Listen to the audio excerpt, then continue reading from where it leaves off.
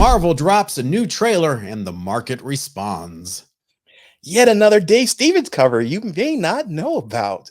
Plus, your comments about when it's time to sell your collection. It's all on this week's episode of Bronze and Modern Gods.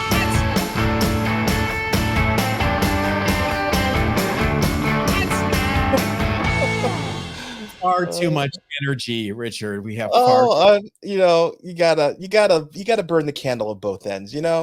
Why not?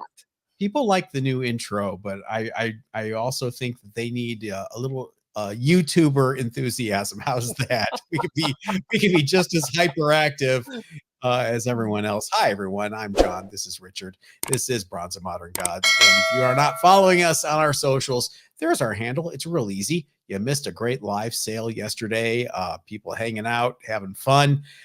We've got all sorts of stuff. The usual viewer mail. We've got the old fart rule going back to 1985. Underrated books of the week. Show and tell. But first, it's always the first thing we talk about, our hot book of the week. Richard, take it away. Hot book of the week this week is Wonder Man #1, Marvel 1991. First issue of Simon Williams' ongoing series from the 90s. Is a jumping copy sold after Marvel dropped that trailer last week featuring several new TV series that were coming. Stuff we thought was not coming is coming after all. Ironheart, anyone? Oh, man. Yeah. If you're not one of our members, you missed the members only show. We talked about this. Yeah, it's meh. I all of everything they announced during those, the TV shows, I thought was meh, especially Wonder Man. You thought, well, it's interesting. We were told, maybe it was rumors, maybe it wasn't, that these shows were not happening, that they were canned, right? And now we not only see them in the trailer, we see footage. Yeah, I want Wonder Man to be successful, especially since they cast an African American as Wonder Man. I want to see him in costume, though. I am sick and tired of the CW-like kind of stuff where Arrow, you never see. I want him in full regalia. I want him on screen. Which Wonder Man costume, though? I don't care. If they do the safari jacket, I'm going to lose my mind in the best way. I will. Oh, yeah, that is awesome. I would love. Wonder Man himself is one of those over-the-top kind of characters. So play him that way. I really want to see him, really lean into the role of Wonder Man. Just a reminder on this series that you're seeing right now, the 90s series, was written by he who shall not be named. Google it. It's a horrible story. There's a reason why he shall not be named. I'm not sure why this 1991 issue is what people are focusing on, because number one, Marvel Premiere number 55 is actually the first solo Wonder Man story. He's wearing the safari uniform in this one. I'm telling you. And there's even an earlier Wonder Man #1 from 1986 with a Bill Sienkiewicz cover, Richard. Look at that Bill Sienkiewicz cover. I do. I love that cover. That is a great cover. Bill does covers well. Yeah. He just should not do interior art. Maybe people are focused on this #1 because it's focused on Simon's Hollywood career. I don't know, but we've already talked about what you think. You're giving it a big meh every. I want to see more. The trailer did not give me a good idea of what the show is going to be. What about Ironheart? What did you think? I had given up hope on it ever airing. The fact that we have a trailer period is exciting. It didn't push any of my buttons. It's awesome to see her getting into the Ironheart armor, but yeah, it's definitely going to live or die by the first couple of episodes. How many Invincible Iron Mans do you have? Probably 5 or 6 still. Yeah. Hold or sell? I'm selling. Definitely. I agree. All right. Let's switch screens and go to the things that we say will never sell. Wink, wink. For show and tell. Another week, another no fingers from Richard for show and tell. I'll give you 2 fingers if you really want. I don't know what to say, people. I just don't know what to I'm say. sorry. I'm as he's doing it, I'm looking at the show notes to see what's coming next, and he's already doing his magic fingers thing. You know what? Look at this. Look at Scooby Doo number Oh, one in a CGC 4.5, off white to white pages. Scooby Doo number one, full title Hanna-Barbera Scooby Doo, Where Are You? It is the first appearance of Scooby and the Mystery Machine Gang in comic books. There they are. Not quite where they would be later when Dan Spiegel comes on and draws the book and Mark Evanier's writing it and it gets good. This is oh gosh, Phil Lamar, I think is his name. I can't see my glasses, but very tough book. This copy of 4.5, this probably go for about $800. yeah, really hard book. I remember when you got that. Do you think What the do you 4.5 was is a valid grade on that? Because it looks Oh much better. man, I bought it maybe 15 years ago off eBay. It was a wreck. I mean, look at the back. You'll see some shadows. Where's the shadows? It is dark in this room. I can't see a thing. But there used to be pretty pronounced shadows and big creases. There was a giant crease through here that was non-color breaking. Got all that out. So I think I took it from a 2.5 to a 4.5. So super happy Oh, with that. amazing.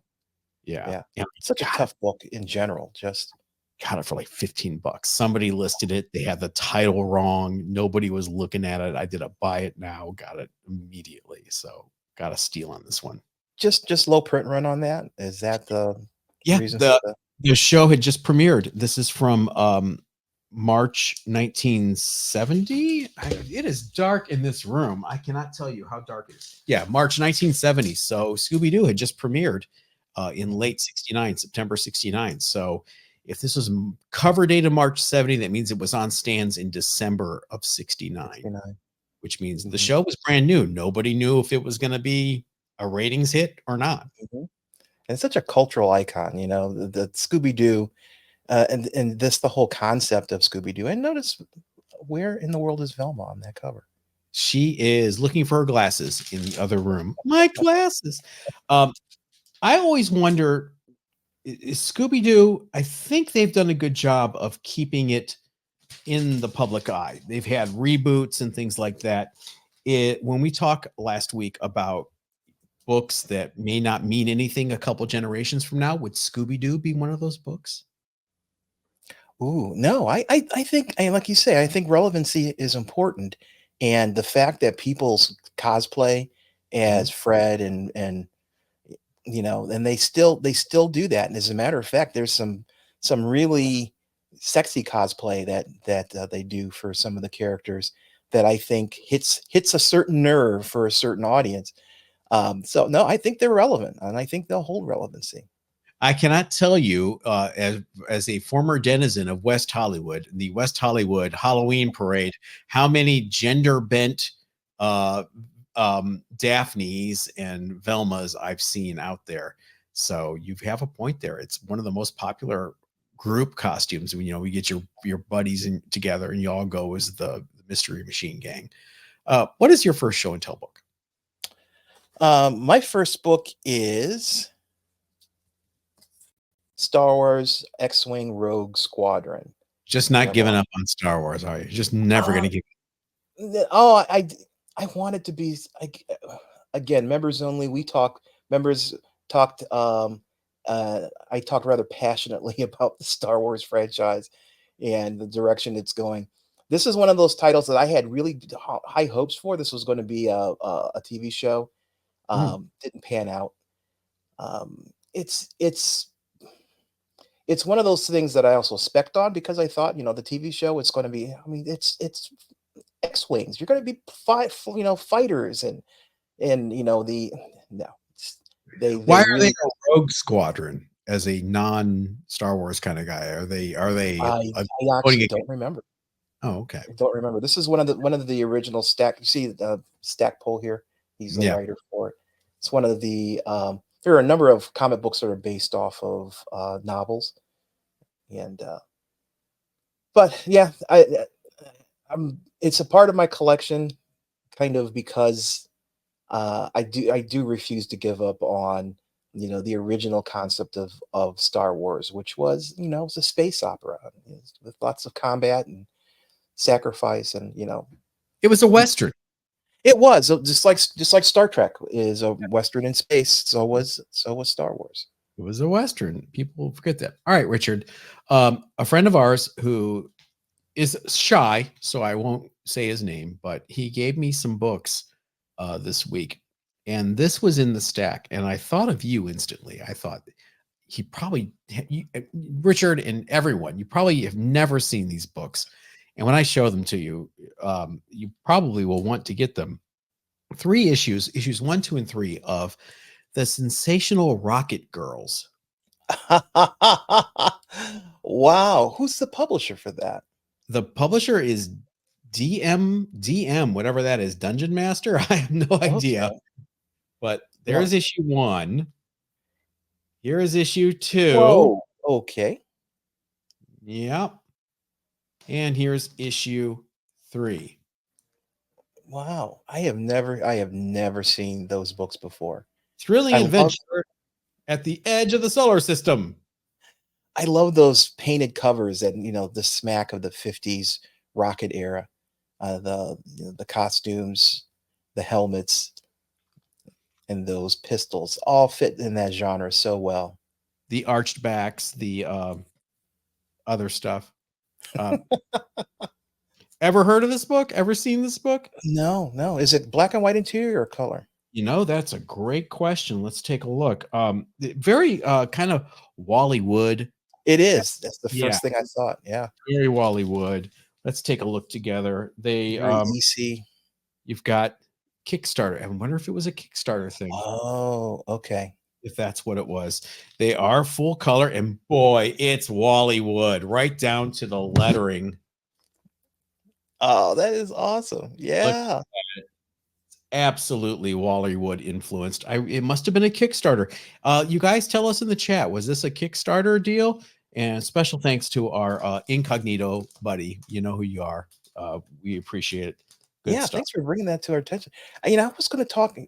I peruse Kickstarter, Mhm. and I have bought comics from Kickstarter before, and it's an interesting avenue. If you have an idea and you want to pitch it to find an audience, Kickstarter is a great place to do that, and you can have what your print run is going to be because people pre-order them. Basically, you can print off the comic. So I think that's actually a really really interesting way of being able to get your idea into existence. Our Dr. Occult reboot when he goes into public domain. Is that what you're saying? Oh yes, Dr. Occult. Can't wait. Can't wait. What is your next show and tell book? We're joking. All By right. the way. All right. No one laugh at me because I pulled this book and it has a wrinkly bag. Uh, Look at that. man. Oh, look at that. Did you really pay $5 for that? Yeah. How long ago? I don't know, 8 months. Wow. That looks like one of my old price stickers, by the way. Oh From yeah. my shop. Did you buy that at my shop? No. That's a $30 book now in 9698 raw. Is it really? Sure is. The Oh. movie. There's a movie announcement. Oh, that's so. right. Okay. All I've right. got Tell something everybody on about the that. podcast what it is. I'm talking all about Oh your yeah, book. it's John Carter, Warlord of Mars, which is a great Edgar Rice Burroughs story that was interpreted as a comic. Um, this this like mid 70s was this 78, 77. 78. Hmm. Yeah. Your favorite artist on the cover, Gil Kane. And look at the nostrils. Huh? No, this was completely ruined by a Warlord of Comics or a Warlord of Mars movie a few years back that was just abysmal. Did So you the see it? value I did not. I did not see it. I did read the reviews on it and decided I would save 2 hours out of my life and do something else. Some people defend it. Some people Really? liked it. Yeah. They felt it was Well, I know the value of this book went down after that movie. it's back up. Okay, well that's interesting. I've got other copies of this book. I passed up the gentleman who uh, we got all those copies of. Um, oh my goodness, Eternals. Oh, yeah. And Yes, yes. he had 5 or 6 pristine copies of this book that he wanted cheap for, but at the time, I thought, "Yeah, no one wants them," but apparently I was wrong, temporarily at least. When does the Burroughs stuff go into public domain? Shouldn't it be already? When I was would Edgar say Rice Burroughs? Yeah, 34? I yeah. That's 80 years now, or is that 90 years now? Yeah, Mm. 90 years, 90 years. I can do math. 24, 34, 90. Um, a friend of ours on Instagram, I forgive me if I'm getting your handle wrong. I'm doing this by memory. Charlton 64. Oh, Six, yeah, yeah. correct, yeah. He had a really interesting post the other day about the 10 rarest Charlton books in existence. And I saw this post, and he was quoting from, I believe, an old comic book marketplace article. I have 2 of the 10. Uh, Nice. totally by mistake. I didn't mean 3 of the 10. Foxhole number 7, Mhm. In Love number 5, Simon and Kirby. And you were with me when I bought this and slabbed it. Police Trap number 6 Yep, yep. by Simon and Kirby in the new shiny CBCS case. See, Mhm. I put my money where my mouth is. I'm not just lying, people. I told you I was putting PC stuff in That's good. CBCS cases, and here it is. I don't know how I ended up with 3 of the rarest Charltons, but I did. And this is the reason why they're rare is because Simon and Kirby had left to start their own company called Mainline, and this was one of their books along with Foxhole and In Love. Mhm, And Mainline started right when the Comics Code was killing sales, so they went out of business fairly quickly. So Charlton bought their unused inventory and mhm. published the last couple of issues of each of these books, and that's why they're pretty scarce. So Police Trap number 6 with the exciting cover. Look, they're counterfeiting money, and we're watching them through. How was the case? How does it feel? No Newton rings, no bends, no bananas. Delicious. I love it. It's slightly thinner than a CBCS case, but than a CGC case, yet it feels sturdier. So I'm a big proponent of them. I would love to see the resale value come up a little bit so it's a little more equitable to CGC, but it's going to Mhm, take more people than me doing it. sure. All right. What's your final show and tell book? This is a book that I often mistake. I get excited when I see it because I mistake it for something else. It's Spider-Girl Zero. This is not What If 105. It is not. I have fallen trap to being excited about a book because I see it from a distance, and then I get close and I see, oh, this is a reprint of s- What If 105, which is what if um, um, Mir- Peter and Mary Jane had a thank baby. you. Right. Well, right. What?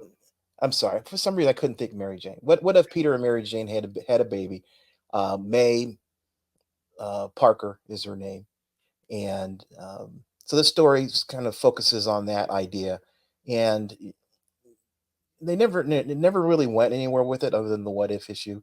But they reprinted this, which is I was surprised. Why did they reprint Oh, wait a this? second. You say they never went anywhere with it, but the What If issue, it ran as a spin-off for over 100 issues, Richard.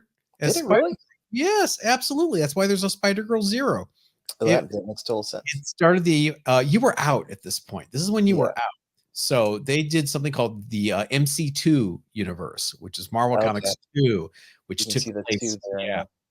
slightly in the future of the Marvel universe, where Spider Girl, Avengers Next, 8, and J2, which was the son of the Juggernaut, Wild Thing, which was the daughter of Wolverine, a whole series of books. And out of all of them, Spider Girl was the one that would not die. Every 20 issues or so, Joe Quesada and Joe Gemmis would be like, "We're canceling Spider Girl, it's not selling."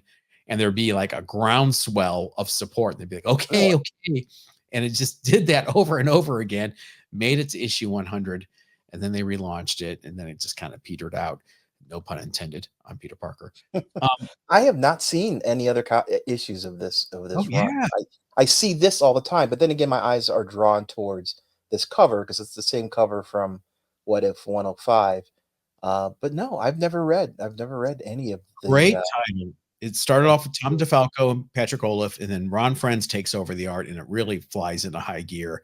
And I read almost every single issue. It was really entertaining, good old Mhm. school Marvel storytelling. They don't get enough credit for starting the whole Spider Universe spin-off thing. It started there with Spider Girl. People Wow. hated it. They did not take it seriously because they're like, there's only one Spider-Man. If only they knew. Well, that's our show and tell for this week. Lots of new people this week. Hi, new people. Hi.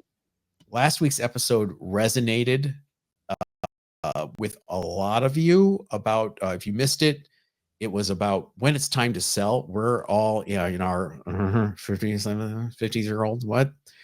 And Yes, I am still in my 50s. yes, exactly. And it was, you're getting to this age where you're getting ready to retire. Well, when do you let go? We always tell ourselves, this is my retirement plan. Is it time? Will books go down even more? So we had lots and lots of comments. In fact, I haven't run this by Richard yet. We might actually have to do a bonus episode this week for non-members as well, just going through all the viewer mail we got. I mean, we got so many comments, but we also do have members only episodes on Wednesday, and we have a live episode on Thursday. And if you're not a member, why not become one here on YouTube? $2.99 a month. Just click join right here next to the subscribe button. You get that Thursday live stream. You get the extra Wednesday episode. You get shout outs. So you see your name fly by like this. Wow. And you help Richard and I pay for things like StreamYard, our software we use, which is doubling in price this year. Thanks, Obama. Just hit join next to the subscribe button below. And we might even read one of your pieces of viewer mail. You've got Richard, mail. you are up first. Yeah, well, we asked for specifically for the perspective of selling off your collection from younger viewers, and Mark Vega responded and gave us his insight. So much to unpack here. I'll give you my millennial input.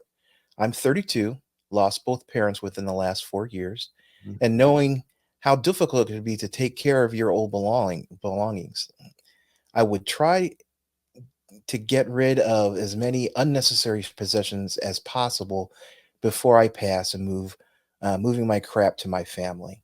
Mm. I don't want my family to deal with it. Amen.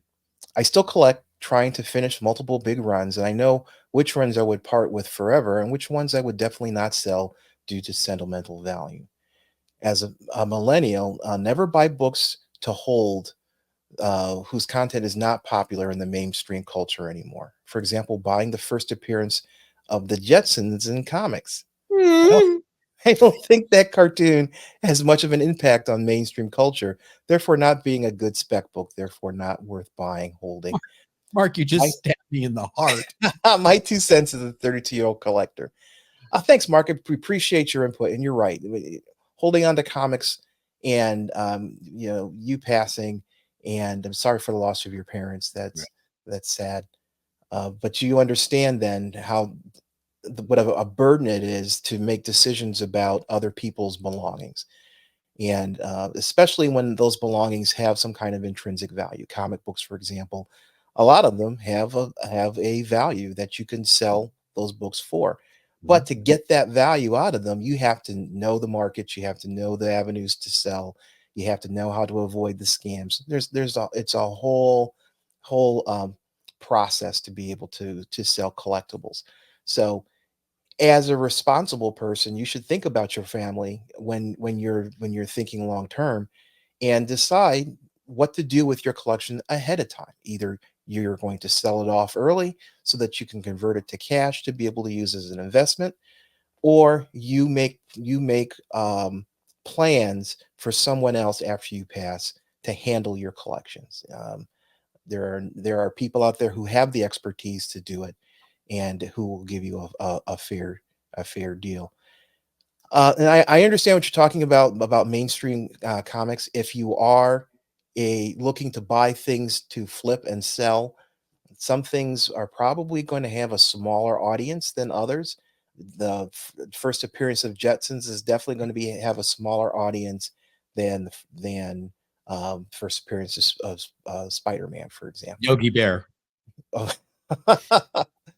But that doesn't say that it's not going to have an audience. There are a lot of books that are out of, Dark Shadows, for example, or out of the current zeitgeist. So there's not a whole lot of communal Mm, exposure to that particular title. But if you find the right person, like John, yeah. and you have a unmolested copy of that book, you Mm, can make a significant amount of money on that book if you buy cheap.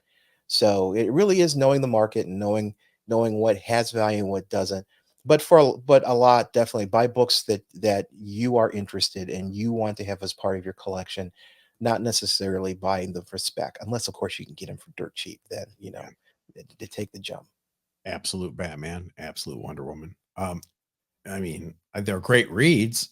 Wonder Woman was. Mhm. Batman was okay, but if you can make money off them, geez. We did ask for people under 40 to give us their perspective, and another one was Joshua Wyatt, who writes, "I am 39, and I've been seeing a lot of people asking this question lately.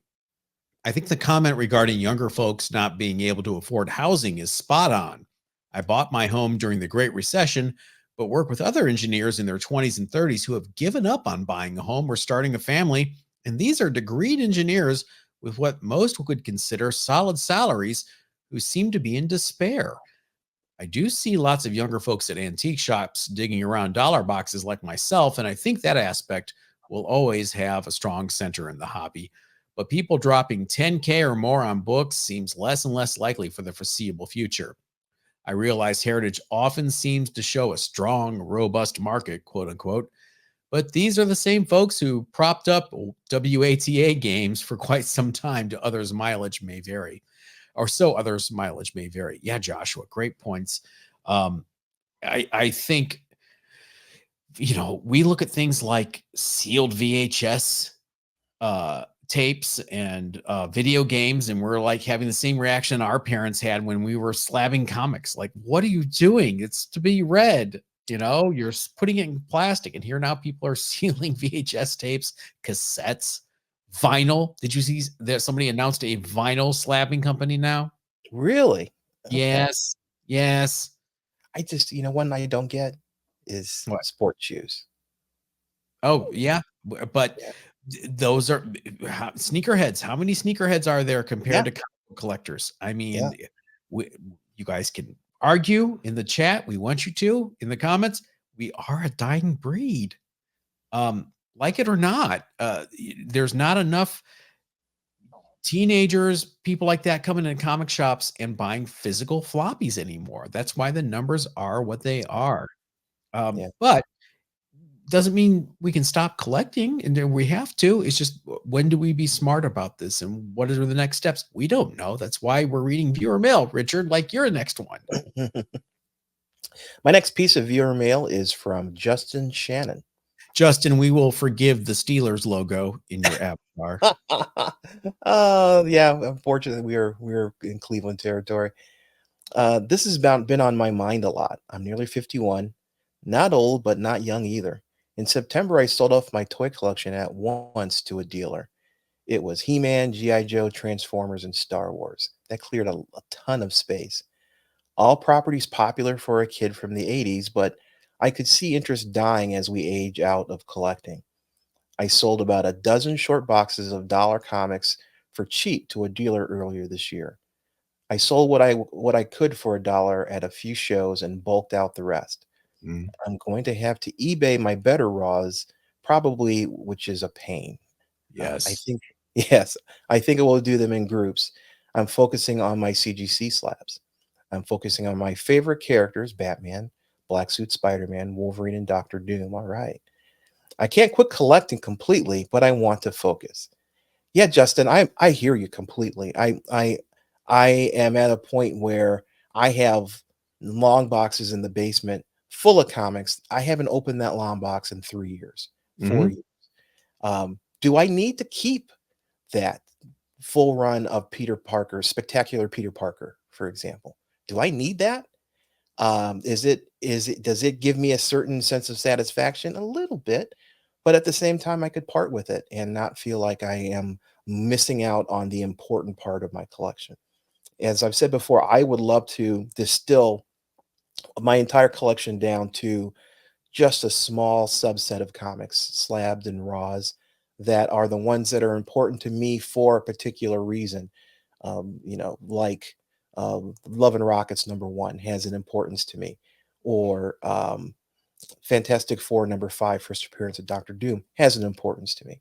And there are a number of books that would be a part of that small collection. But other books, even though they may have value, X-Men 141, 140, um, those books I don't mind parting with. I don't mind moving on to someone else who's going to enjoy them more than I may enjoy them. I've owned them. So in my heart of hearts, I've known I've had that book and I've enjoyed it while I had it. But there's a point in time when, shrinking your collection has huge value. Like you mentioned, you freed up a whole bunch of space. I have a basement full of drawer boxes full of comics, and I have spinner rack full of slabs, and there's just a whole wall over in my basement that is taken up with comics, and it's gotten to the point where I don't have room for everything. I have short boxes here in my office because I don't have room in my basement storage because every spot is taken up with a long box or a short box, or one of those BCW plastic boxes. They're everywhere. So I definitely see the value of shrinking it down. And 51 is not old. No, you've got plenty of time, Justin. I think Justin did sum it up how I feel, though, in his last sentence. I can't quit collecting completely, but I want to focus. I thought that was Exactly. really good. Next piece of viewer mail comes from Kryptonite Rocks. Kryptonite Rocks or Kryptonite Rocks. If you're Lex Luthor, you're saying Kryptonite Rocks, man. I'm glad you guys brought this topic up regarding, is it time to let go of your stuff? I've been selling my collection in pieces for the last 4 years after having what I wanted back in 2012. That included over a half dozen copies of AF-15 to X-Men #1. You name it, Whoa. I had it. My new best friend, Yeah. Crypto Rocks. He's wallpapering his house with No, no, he decided to use all that money and put it towards a massive Golden Age book. ooh. But even when I did that, the decision will be, when will I part with that book when the time comes? I'm in your age range, and it's always making me think, when? I think in the next 5 to 10 years to sell them, then use that money to help my wife and I for our retirement. I love comics and all that pop art that comes with the hobby, but let's be honest, you can't bury yourself with it. Our point exactly, Kryptonite Right. Rocks. Right.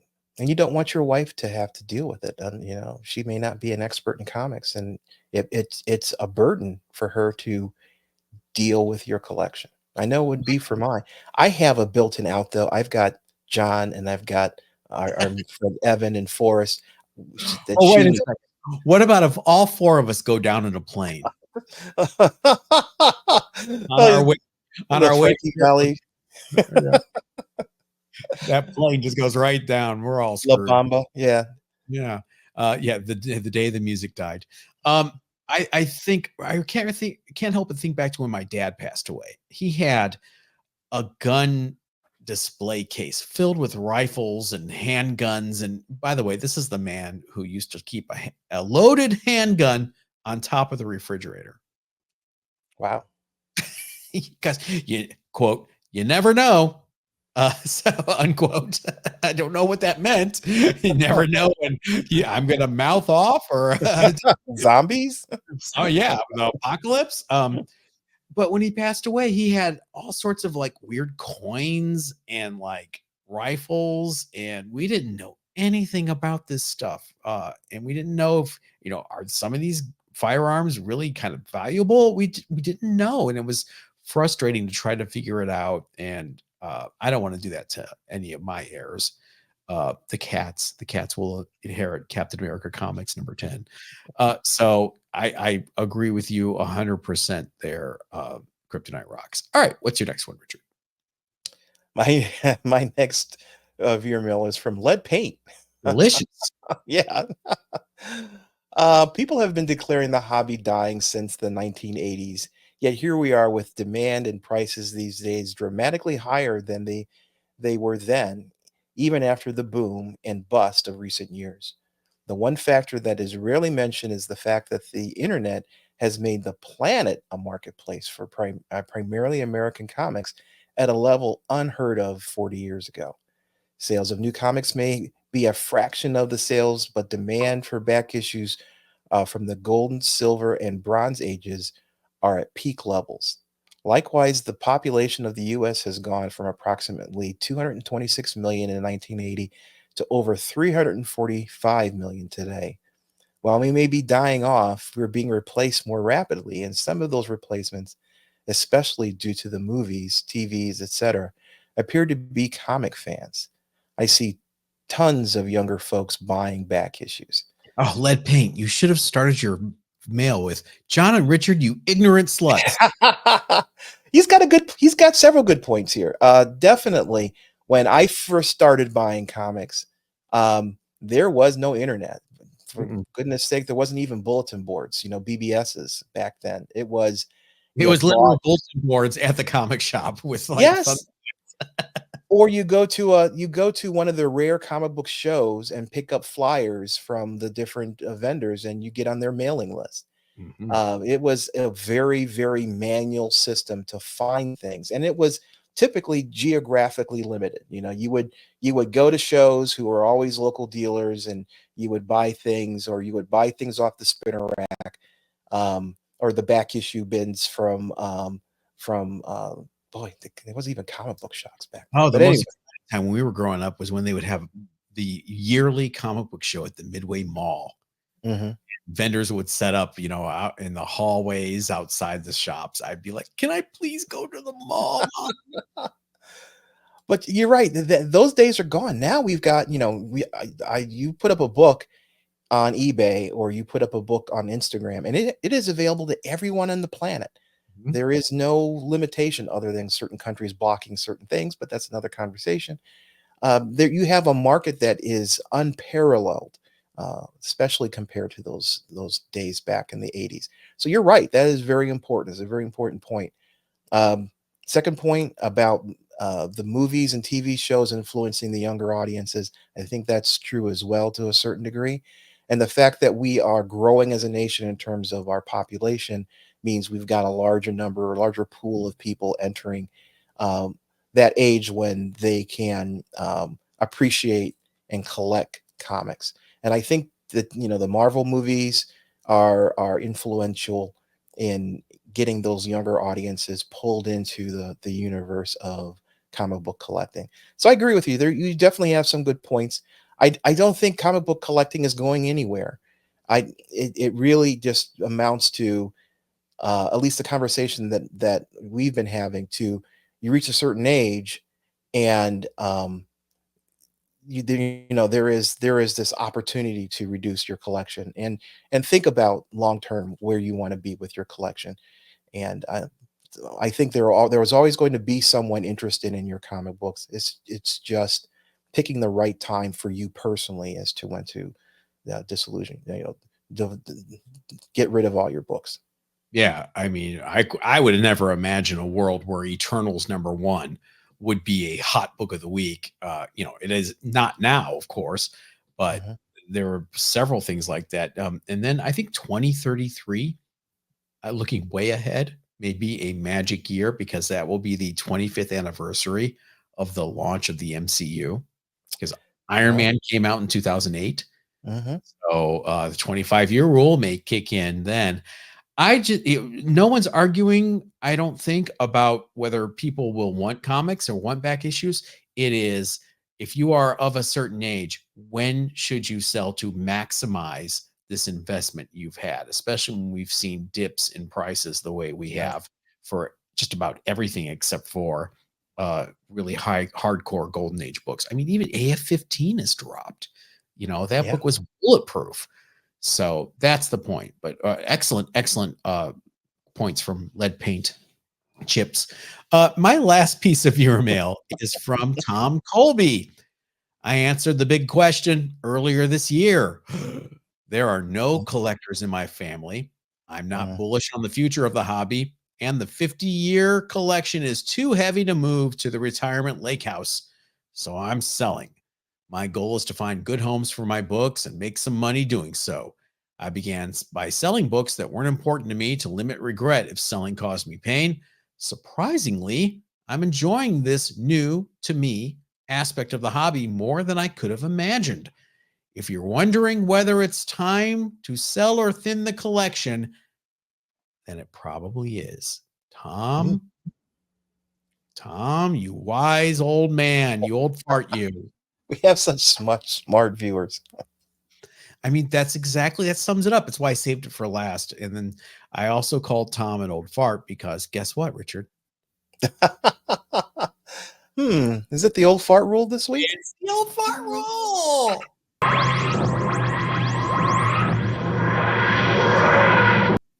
All right.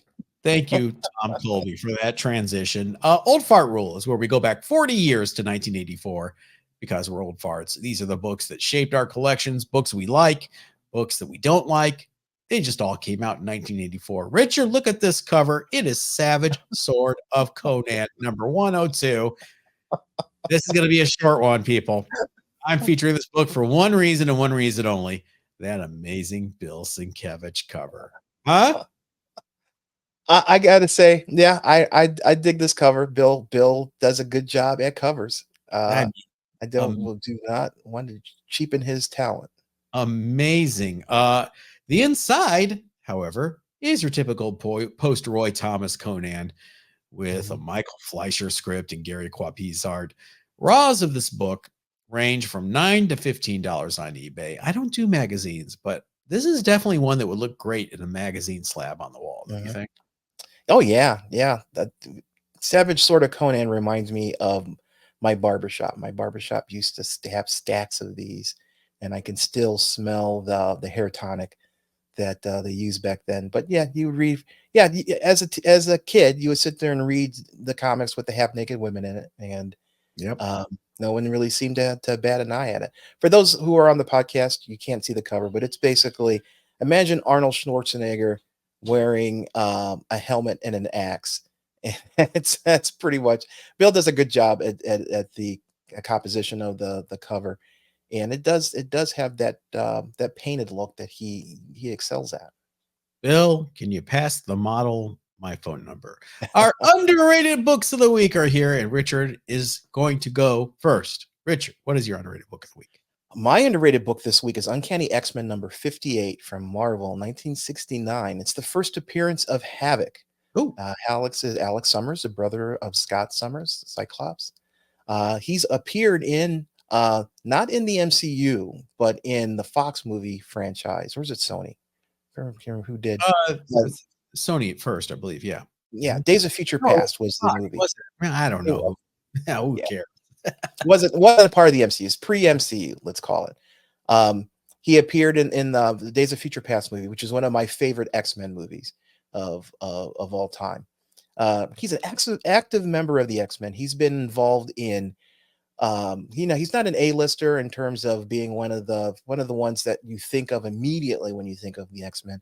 But he's a solid character, and he's been a part of X-Men plot lines, since 1969. Very very active, well known character. Um, the value of his books, and this is the first appearance here, issue number 58. Back in 2022 was the peak. We were about at half of what the value was back then. A 9.4 back then sold for $2,100. Nowadays it's selling for around 1,000. Wow. So yeah, that's a huge drop. But to me, it's also a huge opportunity. If you want to collect first appearances for the X-Men, which I think is an important milestone, is their first appearance. Havoc just doesn't seem to be getting the love as first appearance of Wolverine, the first appearance of the new X-Men team in Giant Size X-Men #1. He doesn't seem to get the love, but he's got one of the most identifiable costumes with that headpiece that he's got. It's you can pick him out of a silhouette, series of silhouette of characters because he has that iconic look. I think this is a good book to get now. Again, the values are about half of what they were back in 22 and in the comic boom. So if you're looking at collecting Silver Age X-Men, now's the time to buy, I think. I have a friend in San Diego that cosplayed as Havoc, and the way he did it was brilliant. He had this big black, unitard on, and he Mhm. had the headpiece and the mask. And for the concentric circles that move, he had strapped underneath the sheer black unitard an iPad that was all black and animated concentric circles Oh, that that's awesome. you could see through the fabric. It was amazing. I wish I had a video of it to show you guys. It was great. If you ever see him walking around San Diego Comic-Con, tell him Bronze and Modern Gods talked about your costume. My underrated book of the week is All for Richard, and for all you pervs out there, it is Last of the Viking Heroes #5. While the regular cover features Jack Kirby inked by Dave Stevens, believe it or not, this cover is not by Dave Stevens. It is Really? by series creator and artist Michael Thibodeau. You would think this would be the Stevens cover. It is not.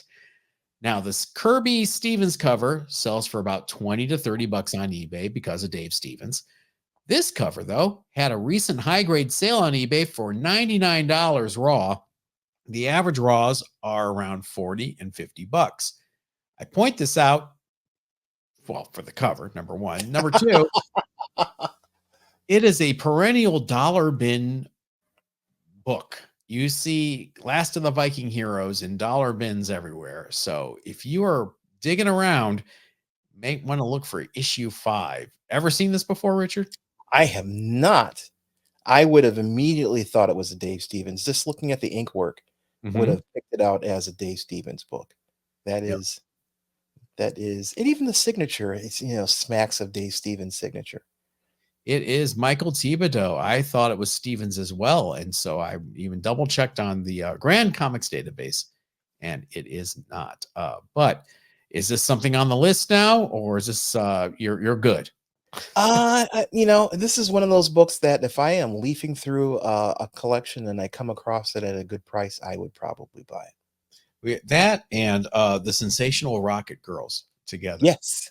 See if you Yeah, get a I love that Wally-Wood, 1950s sci-fi look to it. It's great. very cool. Okay, everybody. We're going to have a bonus episode for members on Wednesday, as usual. Thursday live stream. We might, depending on how our workload is this week. Richard's pretty busy. I am too, but I do think we need to address a lot more of the viewer mails. So we may have a little bonus, maybe, no promises. It'd be fun. Yes. We'll see you next time. Otherwise, Richard, say your catchphrase. Everybody, stay safe.